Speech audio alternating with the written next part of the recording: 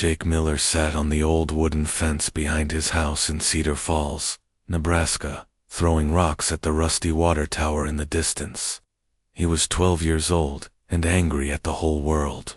His best friend Amy Carter sat beside him, her dark hair tied back into braids, watching him with those serious brown eyes that always made him feel like she could see right through his lies. "You're being stupid again," Amy said quietly. She had a way of saying things that cut right to the truth, even when Jake didn't want to hear it. "I'm not being stupid," Jake shot back, throwing another rock harder than before. "I'm just saying humans are better than anything else out there. We're the toughest, smartest, strongest species in the whole universe." Amy rolled her eyes. "Jake, we don't even know if there are other species out there, and even if there are, how could you possibly know we're better than them?"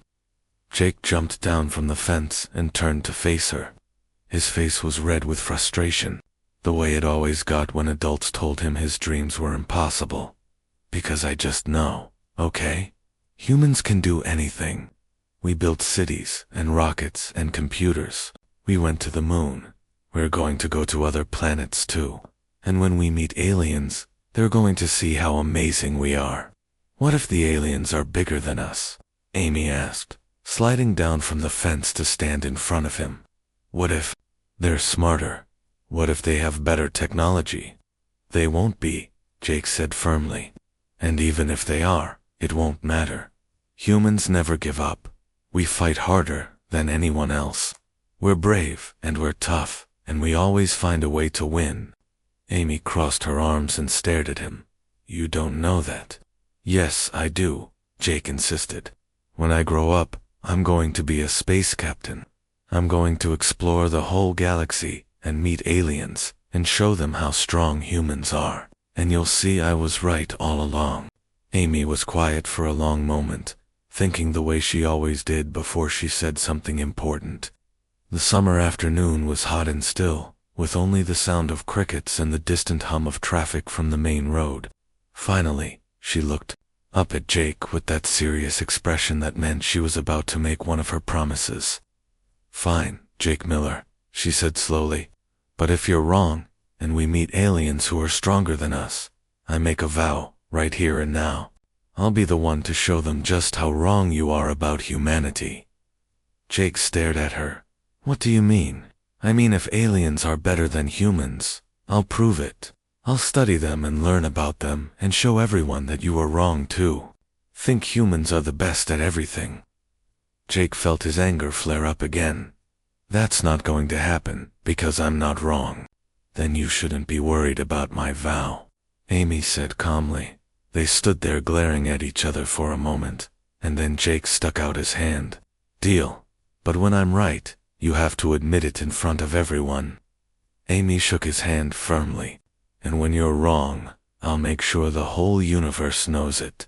They shook hands under the hot Nebraska sun, both of them thinking it was just another silly bet, like all the others they had made over the years. Neither of them imagined that this promise would follow them for the rest of their lives. The next week, Jake's father came home from work with news that would change everything. The mining company was transferring him to Luna Station, one of the moon colonies. The family would be leaving Earth in 2 months. Jake was excited about finally getting to go to space, but Amy was devastated. They spent every day together that summer, making plans to stay in touch and promising to write letters every week. Amy made Jake promise to tell her everything about living in space, and Jake made Amy promise to keep studying hard so she would be smart enough to be a science officer when they were older. On the last day before Jake's family left for the moon, they sat on their old fence one more time. The water tower looked the same as always, rusty and worn, but everything else felt different. "I'm going to miss you," Amy said quietly. "I'll miss you too," Jake admitted. "But this isn't goodbye forever. When I'm a space captain, you can come work on my ship." Amy smiled, but it was a sad smile. "Maybe. Or maybe I'll have my own ship by then. Maybe we'll explore the galaxy together," Jake said. "Maybe," Amy agreed. They hugged goodbye, and Jake promised to send pictures of Earth from space. Amy promised to keep their vow, even though she hoped she would never have to keep it. Jake's family left the next morning, and the two friends lost touch as the years went by. Jake grew up on Luna Station, working hard to get into the Space Academy. Amy stayed in Cedar Falls and studied everything she could about science and space and the possibility of life on other worlds. 20-5 years passed. Jake became Captain Jake Miller of the Earth Defense Force, commanding the exploration ship New Horizon. He never forgot his childhood dreams of proving that humans were the greatest species in the universe. Amy became Dr. Amy Carter, an expert in alien cultures and interspecies communication.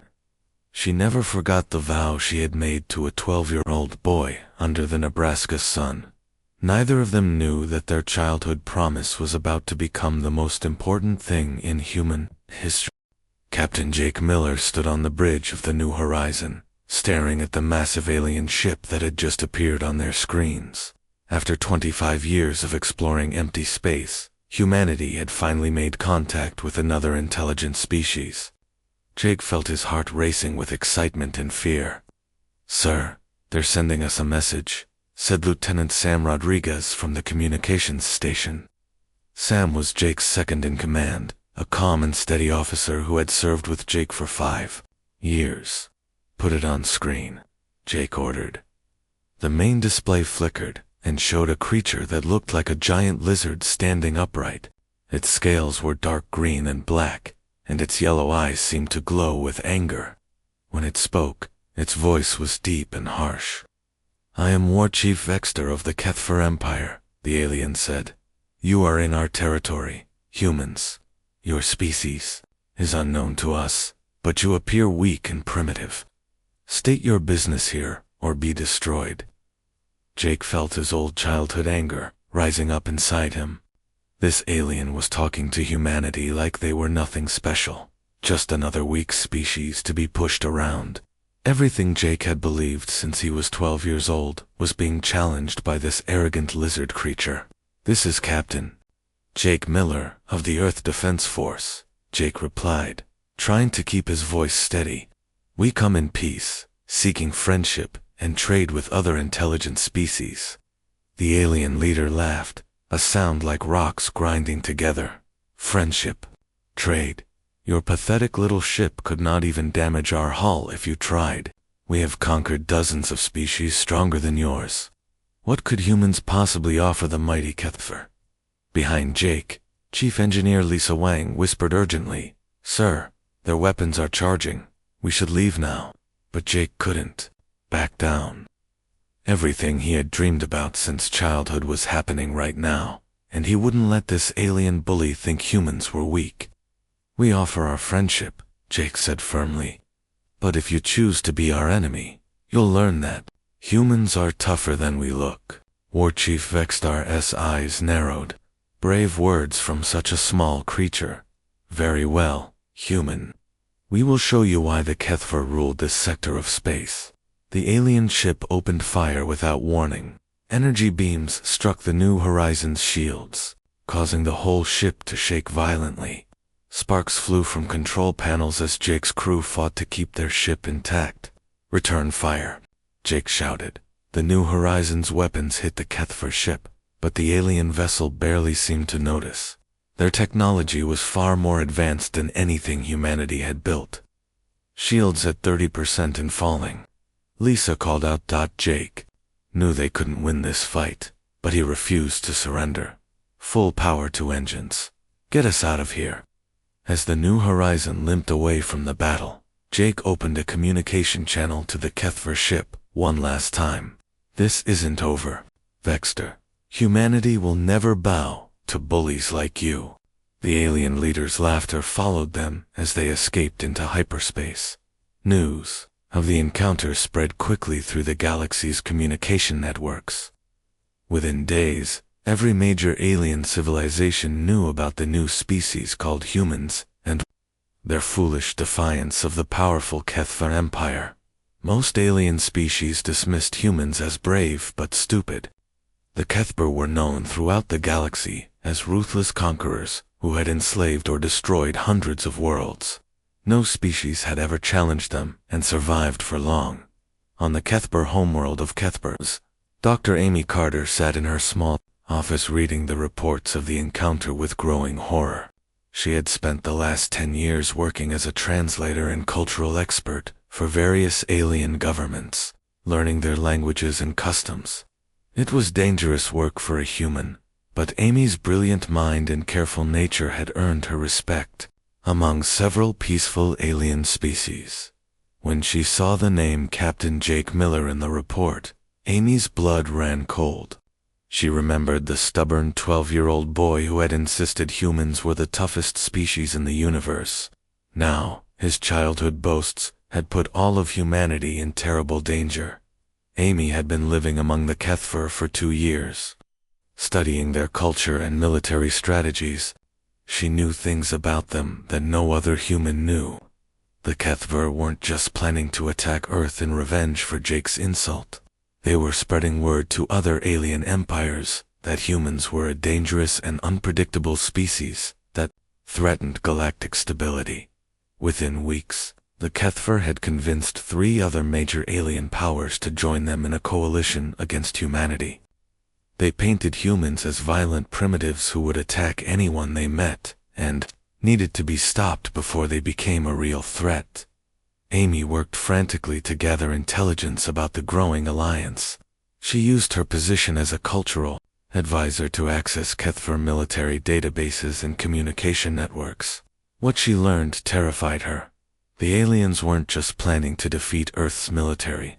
They were planning to completely destroy human civilization to make an example of what happened to species that dared to challenge established galactic powers. Amy knew she had to warn Earth, but she also knew that no one would listen to a message from a single human living among aliens. She needed to find Jake and make him understand what his defiance had started. Using encrypted channels and hidden communication networks she had built over years of careful work, Amy finally managed to send a message to the New Horizon. It took 3 weeks for the message to reach Jake, and when it did, it contained just a few simple words. "Jake, this is Amy Carter. Remember our childhood vow. I need to talk to you immediately. Humanity's survival depends on it." When Jake read the message, he stared at the screen in shock. Amy Carter, his best friend from Nebraska, was somehow alive and living among aliens on the other side of the galaxy. And she was talking about their old childhood promise, as if it actually mattered. Jake sent back a reply, asking Amy to explain what she meant, but her response was even more shocking. "I've been studying alien cultures for years, waiting for the day humans would meet other species. I never forgot what I promised you when we were kids. I said if aliens were stronger than humans, I would prove it. Now I have to keep that promise, to save our species." Jake realized that his childhood friend had become something he never expected. While he had been dreaming of proving human strength through military might, Amy had been preparing for the day when humans would need to prove their worth through intelligence and understanding. Their childhood bet had become the key to humanity's survival, and neither of them was the same person who had shaken hands on that old fence 25 years ago. Jake Miller paced back and forth in his private quarters aboard the New Horizon, reading Amy's latest message for the 10th time. The communication had taken days to reach him through the secret networks Amy had built, and every word filled him with dread and amazement. Amy had sent him detailed intelligence about the alien coalition forming against humanity. 4 major alien empires were now working together to plan Earth's destruction. The Kethver had convinced them that humans were a disease that needed to be cut out before it could spread. But the most shocking part of Amy's message wasn't the military intelligence. It was the personal revelation of what she had been doing for the past decade. "I never forgot our promise, Jake," Amy had written. "When I grew up and learned that we might really meet aliens someday, I realized I needed to be ready. I've spent years learning about different alien species, their weaknesses, their fears, their psychology. I studied their military tactics and their cultural blind spots. I became the thing I promised I would be, someone who could prove aliens were stronger than humans, if it came to that. Jake felt a mix of pride and guilt as he read those words. While he had been training to become a space captain so he could prove human strength, Amy had been preparing to prove human weakness. Now both of their preparations were needed to save their species. The next message from Amy came with a proposal that seemed completely insane. Instead of waiting for the aliens to attack Earth, we need to turn your defiance into humanity's greatest weapon, Amy explained. I've been studying these species for years, and I know their weaknesses. They expect humans to either surrender or fight like every other species they've conquered. They don't expect us to be unpredictable. Amy's plan was dangerous and complex. She wanted Jake to lead a series of impossible missions that would demonstrate human capabilities the aliens had never seen before. Meanwhile, Amy would use her position among the Kethver to spread carefully chosen information about human history and achievements. These aliens think strength means bigger weapons and tougher armor, Amy wrote. They don't understand that human strength comes from never giving up, from finding solutions when there shouldn't be any solutions, from caring about each other even when it's not logical. Jake called a meeting with his senior officers. Lieutenant Sam Rodriguez and Chief Engineer Lisa Wong listened carefully as Jake explained the situation, though he left out some of the more personal details about his childhood friendship with Amy. So this Dr. Carter wants us to attempt a rescue mission at a Kethver prison facility that has never been successfully attacked, Sam asked. Sir, that sounds like suicide. Maybe, Jake admitted, but if we succeed, it will show the galaxy that humans can do things other species think are impossible. Lisa shook her head. Even if we could somehow get inside this fortress, how would we get the prisoners out? And why risk our lives for people we don't even know? Jake thought about Amy's words and his own childhood dreams, because that's what humans do. We don't abandon our own people, even when the smart thing would be to walk away.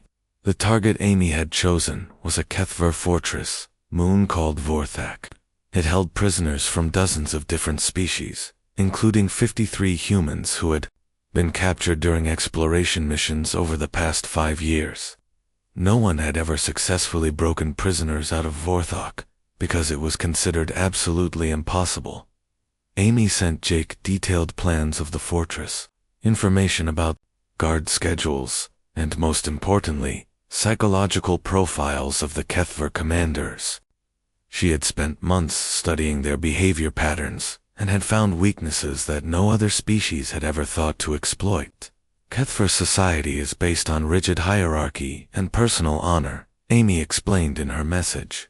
They can't imagine anyone being clever enough to trick them, because, in their culture, being tricked means you're weak. Use their arrogance against them. Jake spent weeks preparing for the mission. He gathered volunteers from throughout the Earth Defense Force, including some officers who had been rivals of his for years. Captain Ben Adams, who had competed with Jake for promotion to Fleet Command, volunteered immediately when he learned about the human prisoners. I don't care if this mission is impossible, Ben said. Those are our people in there. The team also included Katie Sullivan, the best pilot in the fleet, and Dr. Marcus Webb, a specialist in alien technology. Each volunteer knew they probably wouldn't survive the mission, but none of them hesitated to join. Amy continued sending intelligence updates right up until the day of the mission. Her final message contained something Jake hadn't expected, a personal note that reminded him of the 12-year-old girl who had made a promise on a fence in Nebraska. I used to think keeping my vow meant proving you wrong about human strength, Amy wrote. Now I understand that keeping my vow means proving you right in ways you never imagined. Humans aren't the strongest species because we're tough. We're the strongest because we're willing to be weak for each other. As the new horizon approached Vorthok, Jake felt the weight of his childhood dreams and adult responsibilities pressing down on him. Everything he had believed about human greatness was about to be tested in the most dangerous way possible. The fortress moon was huge and covered with weapons that could destroy the New Horizon with a single shot. HFY patrol ships moved in perfect formations around the facility, following patterns that had been unchanged for centuries. Remember, Jake told his team over the communication system, "We're not trying to overpower them, we're trying to outthink them." Amy had provided them with a plan that depended on understanding HFY psychology better than the HFY understood themselves. It required perfect timing, incredible luck, and the kind of desperate courage that humans had always shown when their backs were against the wall. Jake thought about the boy who had thrown rocks at a water tower and bragged about human superiority. Then he thought about the girl who had promised to prove him wrong. Now, they were both about to discover what human strength really meant. The rescue mission at Vorthok began exactly as Amy had predicted it would. Jake's team approached the fortress moon using a captured HFY shuttle that Dr. Marcus Webb had modified with human technology. The HFY guards followed their ancient protocols perfectly, scanning the shuttle and finding nothing unusual because they only looked for the threats they expected to find. Jake and his team were hidden inside specially designed compartments that Amy had told them about, spaces in HFY ships that the aliens never checked because their culture considered hiding to be dishonorable. The human team waited in cramped darkness as their shuttle was guided into the fortress landing bay. "Phase 1 complete," whispered Katie Sullivan through their communication system. "The HFY really don't expect anyone to be sneaky." Once inside the fortress, Jake's team split up according to Amy's plan. Each group had a specific target based on Amy's detailed study of HFY psychology and fortress operations. They weren't trying to fight their way through the prison. They were trying to convince the HFY guards to let them walk freely through it. Captain Ben Adams led a team that started fires in the fortress storage areas, but not random fires. Amy had told them exactly which supplies to burn to create panic among the guards without actually threatening the prison structure. The HFY responded exactly as Amy had predicted, sending most of their security forces to protect their weapon stockpiles. Meanwhile, Katie Sullivan used her pilot skills to sabotage HFY communication systems in a way that looked like equipment failure rather than sabotage. The fortress commanders couldn't call for help because they didn't realize they needed help. Jake and Dr. Webb made their way to the prison levels using maintenance tunnels that Amy had mapped out during her years of studying HFY architecture. Every step of their plan depended on Amy's understanding of how HFY minds worked. When they reached the human prisoners, Jake found people who had given up hope of ever seeing Earth again. The 53 humans had been captured during various exploration missions and had been held in HFY prisons for years. Some of them were barely alive. "Who are you?" asked Colonel Ruth Hayes, a military officer who had been captured 3 years earlier. "How did you get in here?" "We're here to take you home," Jake said simply. Getting the prisoners out was the most dangerous part of the mission.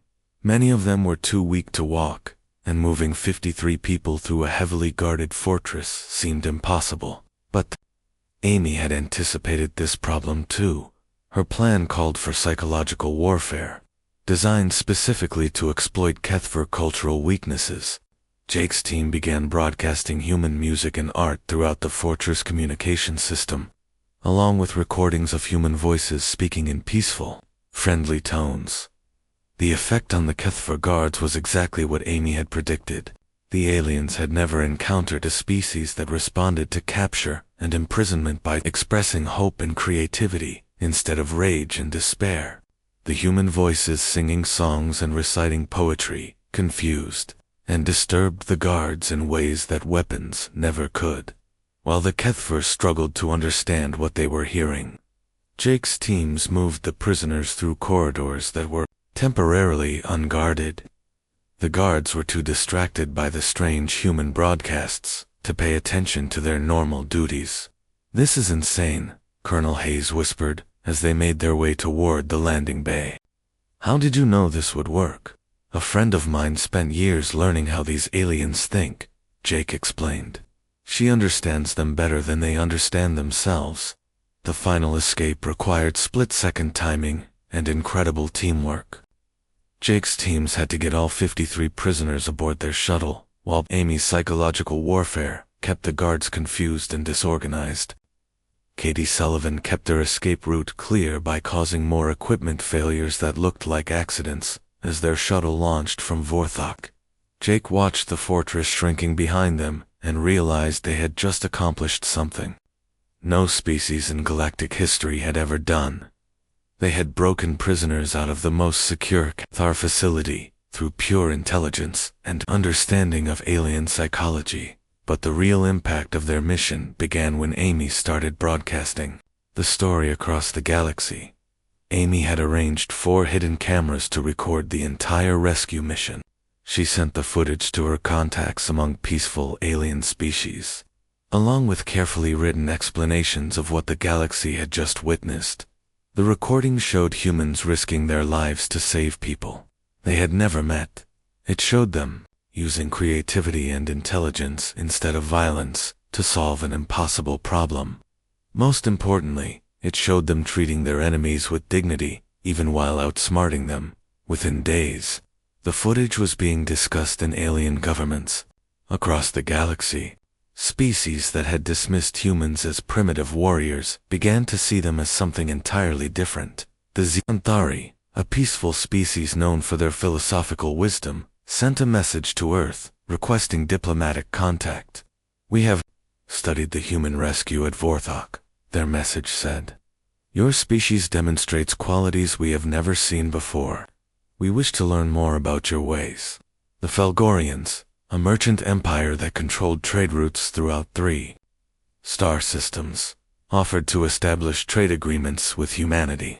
They were impressed by human problem-solving abilities and wanted to hire human consultants for their most difficult business challenges.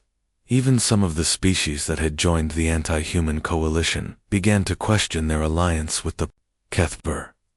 The footage from Vorthok showed humans being exactly the opposite of what Kethver propaganda claimed they were. But War Chief Vexstar responded to the successful rescue with fury that surprised even Amy. She watched from her position within the Kethver government as Vexstar accelerated his plans for attacking Earth. "The humans have made fools of us," Vexstar announced to his war council.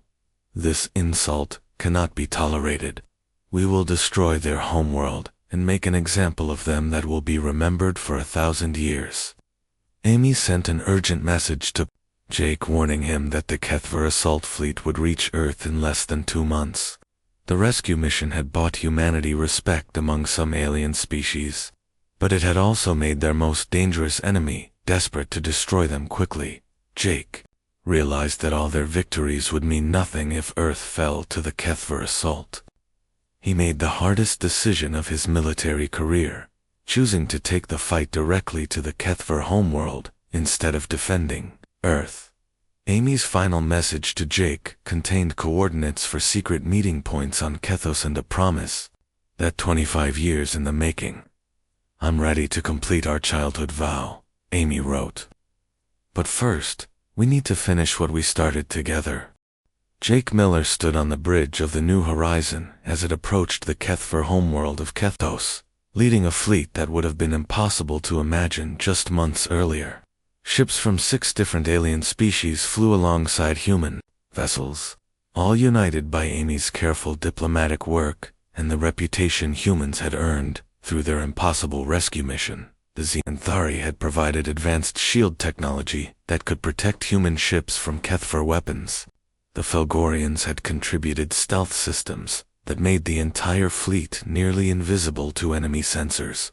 Other species had offered weapons, supplies, and most importantly, their belief that humans represented something new and valuable in the galaxy. "Sir, we're receiving a transmission from the surface," Lieutenant Sam Rodriguez reported. "It's Dr. Carter." Amy's face appeared on the main screen, and Jake saw his childhood friend clearly for the first time in 25 years. She looked older and more serious than the 12-year-old girl, he remembered.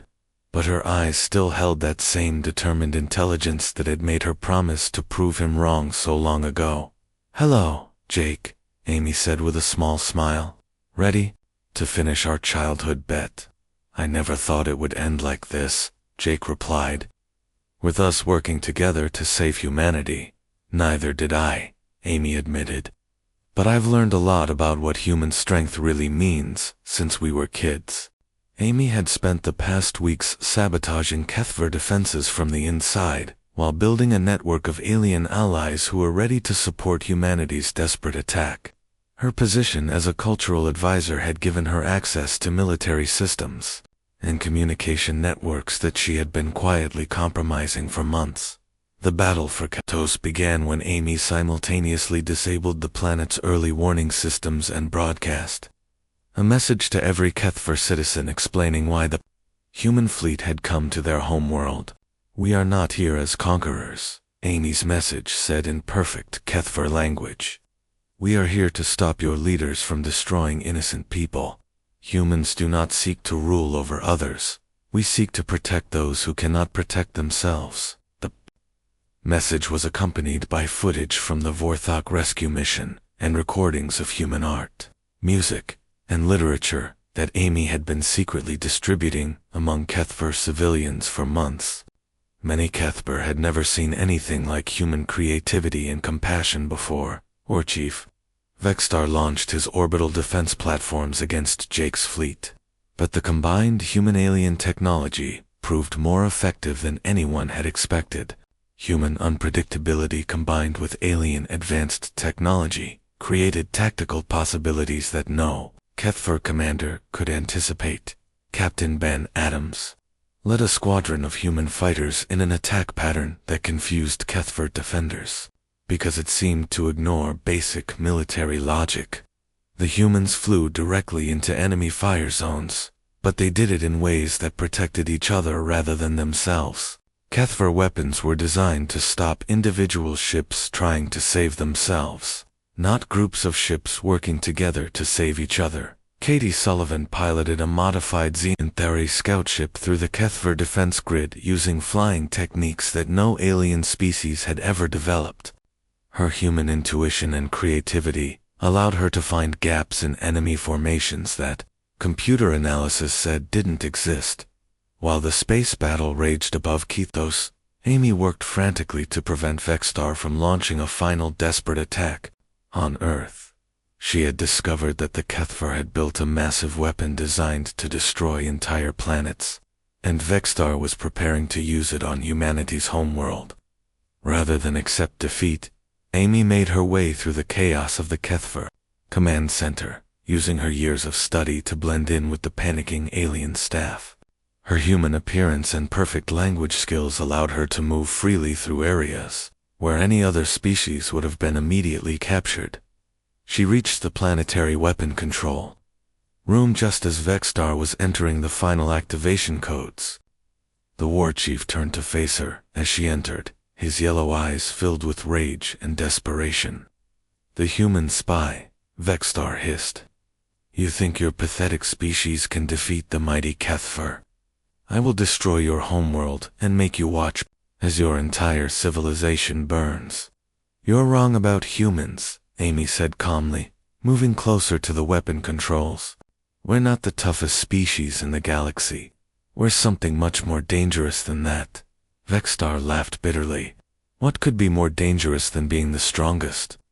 Amy smiled and began entering her own codes into the weapon system. Codes she had learned during months of careful preparation. Being the species that never stops trying to make things better. Being the species that fights for others instead of just ourselves. Being the species that turns enemies into friends. The weapon systems began shutting down as Amy's override codes took effect. At the same time, Jake's voice came over the communication system, offering surrender terms that surprised everyone who heard them. "War Chief Vexstar, this is Captain Jake Miller," Jake announced. "We don't want to destroy your people or your world. We want to offer you the chance to join us in building a better galaxy for everyone." Vexstar stared at Amy in disbelief. You could destroy us all right now. Why would you show mercy to your enemies? Because that's what humans do, Amy explained. We believe everyone deserves a chance to choose peace over war. The battle ended not with the destruction of the Kethver homeworld, but with the surrender of Vegstar's forces and the beginning of negotiations for a new galactic alliance. Jake and Amy finally met face to face in the Kethver command center, surrounded by the evidence of humanity's strangest victory. Remember our vow? Amy asked, as they looked out at the mixed fleet of human and alien ships floating peacefully above Kethos. You said you'd prove I was wrong about humans being the toughest species, Jake replied. Amy nodded. You were wrong, Jake. We're not the toughest species in the galaxy. We're something much more important than that. We're the species that makes other species want to be better than they were before. Jake looked around at the alien allies who had fought beside humanity, and the former enemies who were now asking to join their alliance. So, did you win our bet?